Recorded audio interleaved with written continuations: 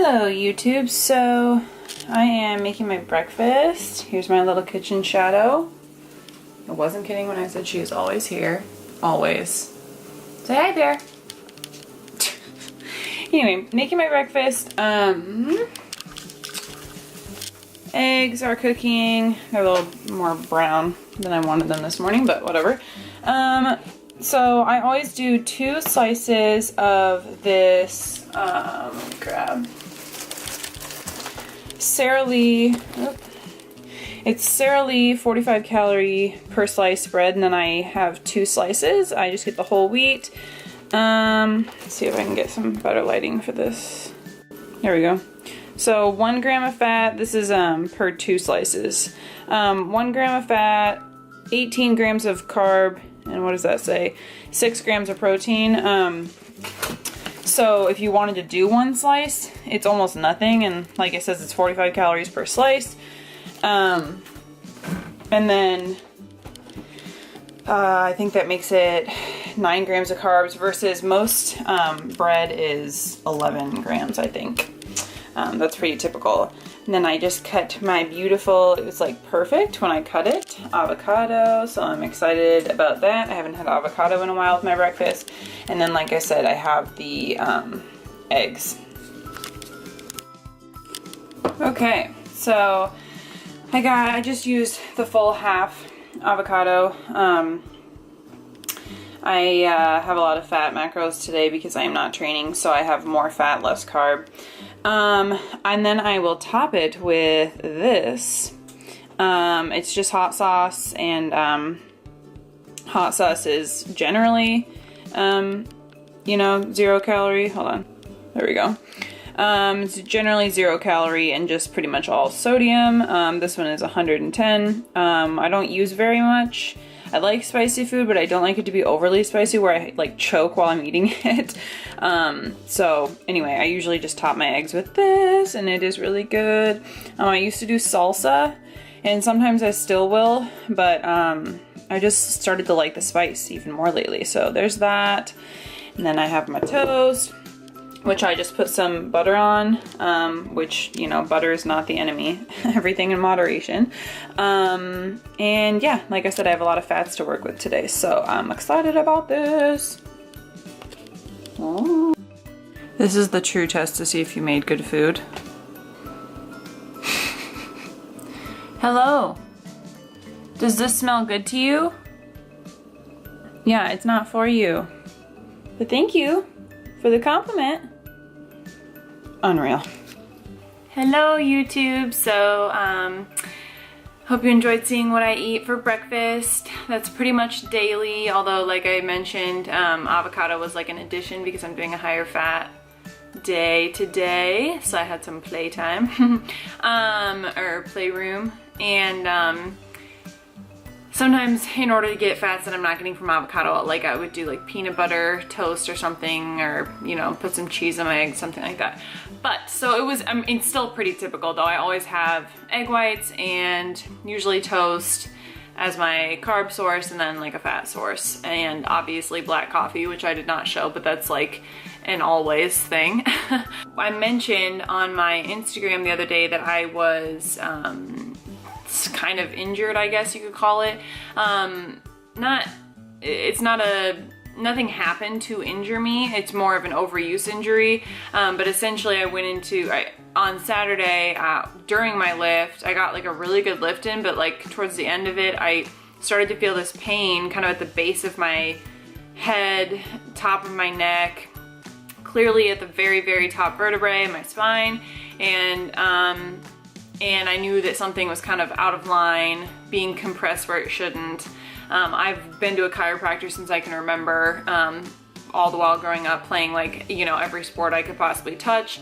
And, I just needed to get realigned, and chiropractors for me are kind of a lifesaver because it does really help me. Some people don't feel the benefits as much as others, but it really works for me. So anyway, on Sunday I was in a lot of pain, like to the point where I could barely, like I could like turn my head like this much, and like this was like too far, It's one of those where I like could barely do anything. So that was Sunday. Oh, see, even right now, I like really need to work on my neck. But anyway, that was on Sunday. Poor John was like, I wish I could like crack your back for you or something, but I feel like I like really don't want to make it worse. So we made an appointment with a chiropractor. There's a really good one really close to us, which is just like a godsend. And he got me in right away. When I got in and we went through like my history, and I told him I had, you know, been to a chiropractor before I moved and all that for a long time. I knew that, like, for example, my hips got out of line, etc. Gave my whole history and told him exactly what was going on, that I was really trap dominant, and so my trapezius muscles are like always very tight. And anyway, he essentially started laughing when he like first touched me, because he was like, oh my God, what is wrong with your muscles? I was like, I know. He's like, no, these are so tight, like so tight that it makes me almost nervous, you know? And obviously he's a professional, so he like knew what to do, but he was just like, holy cow, you know, what have you done to yourself? I mean, frankly, the reason that I'm so, you know, tight is that I haven't been doing as good of a job of aiding in my own recovery. I mean, I take rest days, but I don't get like worked on. Like, I haven't been to a chiropractor since I've been out here, which is a whole year, which is crazy because I used to go like at least every other month probably. So yeah, so that's a no-no for me. But I mean, I haven't had like something severe happen like this yet, and so I kind of got out of the habit of it, frankly. And then I also haven't been getting massages, which I did not do as frequently as the chiropractor, but you know, like twice a year probably, at least, you know, maybe 3 times I would go in and get one, because like I said, I get really, you know, tight from all the lifting that I usually do. So I hadn't gotten one since I've been out here either. So that was a whole year of not doing the 2 recovery, or not seeing the 2 recovery specialists that I usually see. So long story short, he told me not to lift this week, which I already hadn't been doing. You know, I had actually stopped working out completely after Saturday. I took Sunday and Monday off before I could get in to see him. I believe I also took Tuesday off, and then yesterday, Wednesday, I just took the dog for a walk. And like, that's all I've been doing this week. I'm going a little bit stir crazy, but it's gonna be fine. So I just essentially turned it into a deload week. It's a little bit of an unconventional deload week for me because it wasn't planned, but I'm still doing like light exercise.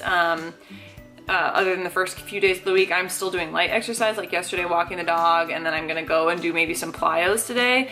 And so I wanted to talk to you about what a deload week was, or is, and why you need one, because a lot of people do not plan out a full week of deloading into their program. I mean, I do that with my clients after they've been with me for a while, because you need them, and I'm going to tell you why.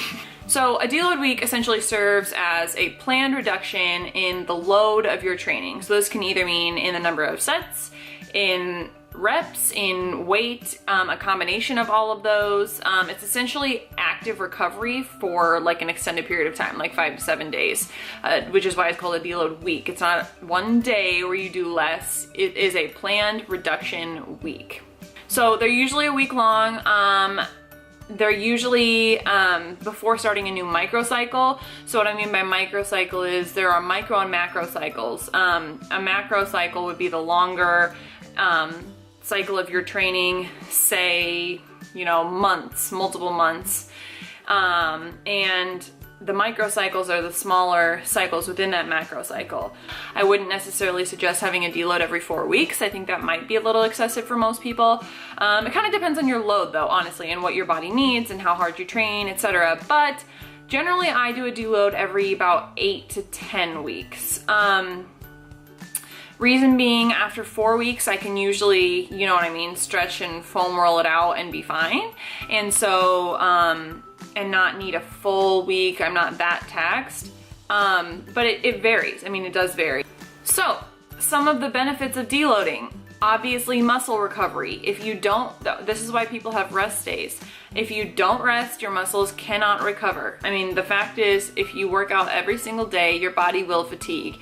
And so a deload week gives your body an extended amount of time for muscle recovery, and you're not gonna lose all your gains and all your progress and etc. Okay, also time for your joints, ligaments, other connective tissues to repair. Lifting isn't just hard on your muscles, remember. I mean, your joints and all of the rest of your connective tissues need time to repair as well, and they need rest and recovery too.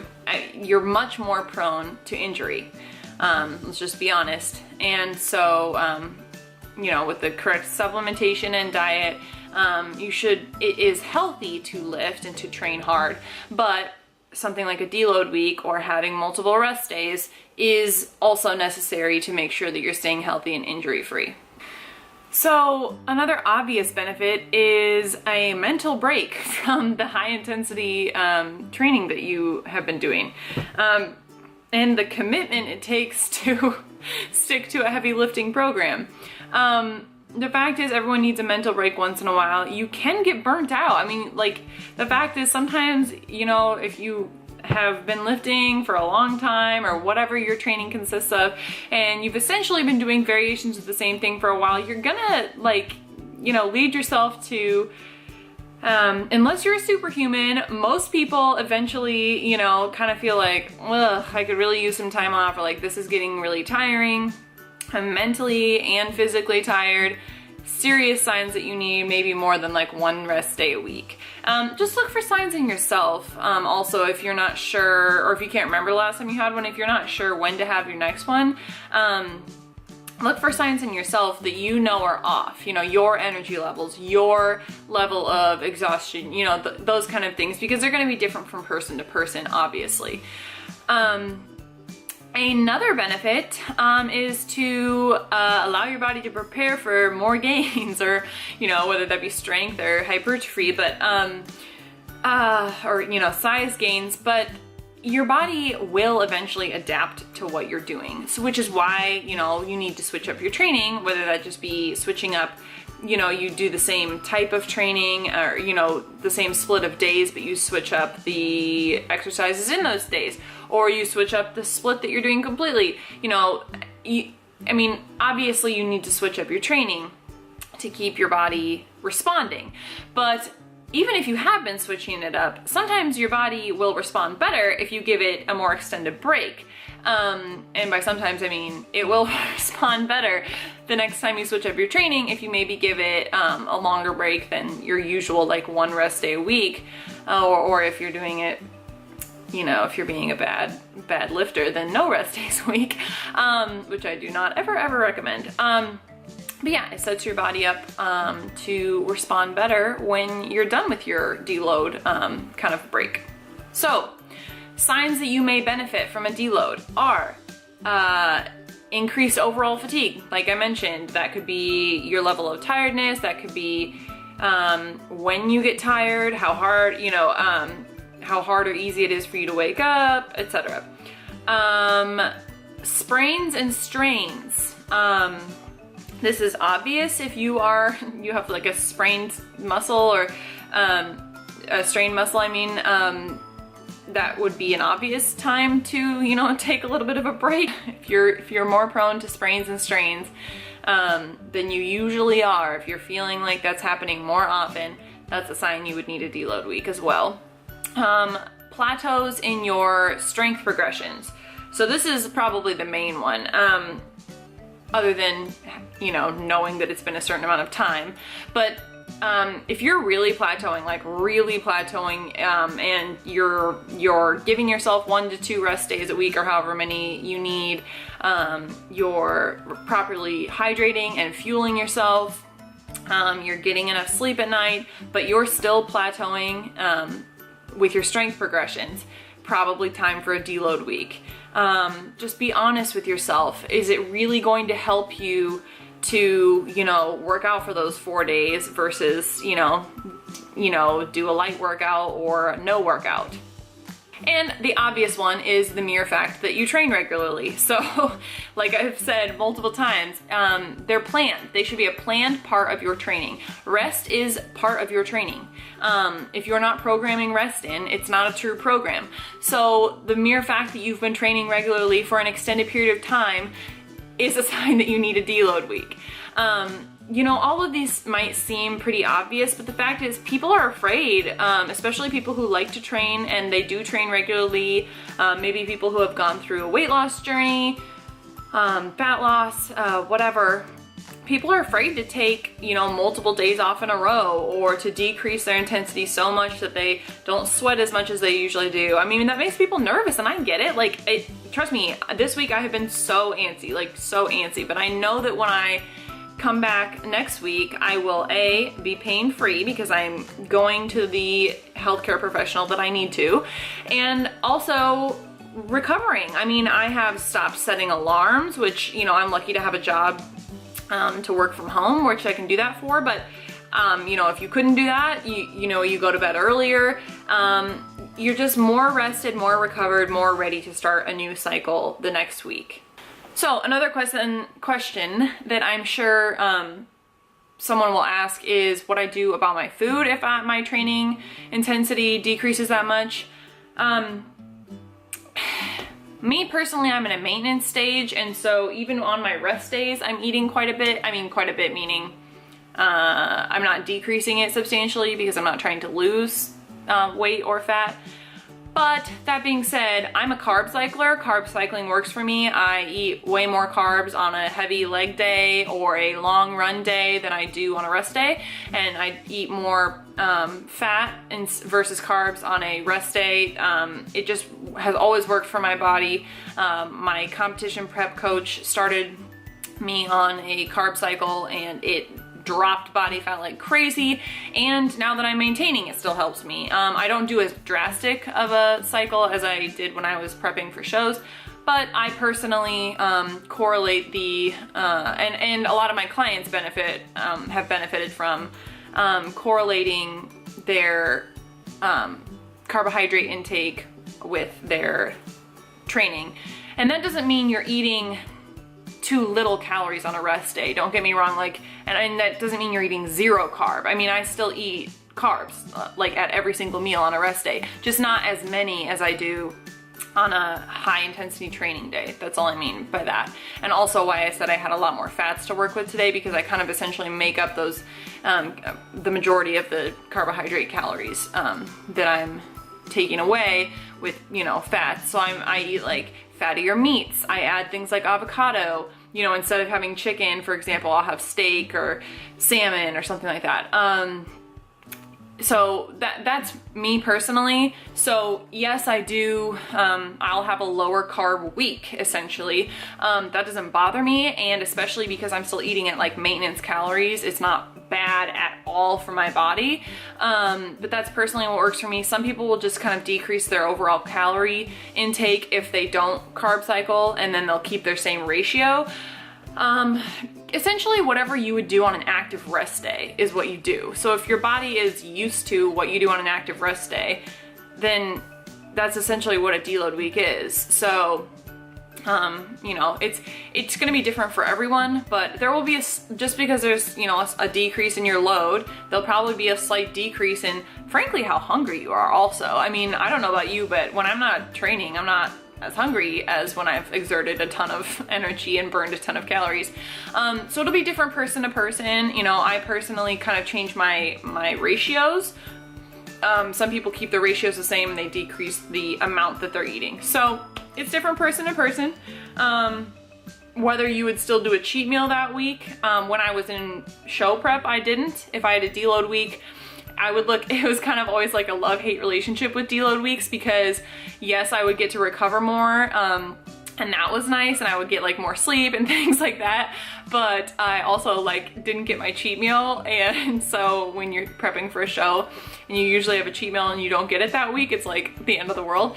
Now since I'm eating for maintenance, I probably will still have a small one, but you know, it's like I said, it's different person to person. You might have to play around with it, but the whole point is that deloading, no matter how you go about it, is beneficial for anyone who is in a progressive strength training program. Your body will respond to it. It will thank you for letting it recover, and your mental health will benefit from it as well, I promise. It might be kind of stressful for the first few days, or you might feel antsy like me, but you know, just put your energy into a project at home or at work or whatever. Use that energy for something else other than training, and I promise you'll get through it and your body will love you for it afterwards. So that's essentially my take on deloads, and why I do them, why everyone, you know, every lifter needs them once in a while. And if you have any questions about them, I kind of, you know, there's so much more I could say about them, but I wanted to keep it kind of short for you guys. So if you have any other questions about them, please, please, please comment, or, you know, ask. I'm happy to talk with you more or make another video or whatever about more details. If you have any questions about my breakfast or my morning routine, you know, ask those as well. Give this a thumbs up if you liked this information about deloading, and if you like to see my meals, also give this a thumbs up so I can know that as well. And subscribe if you haven't, and I will talk to you guys soon. Have a great week, guys.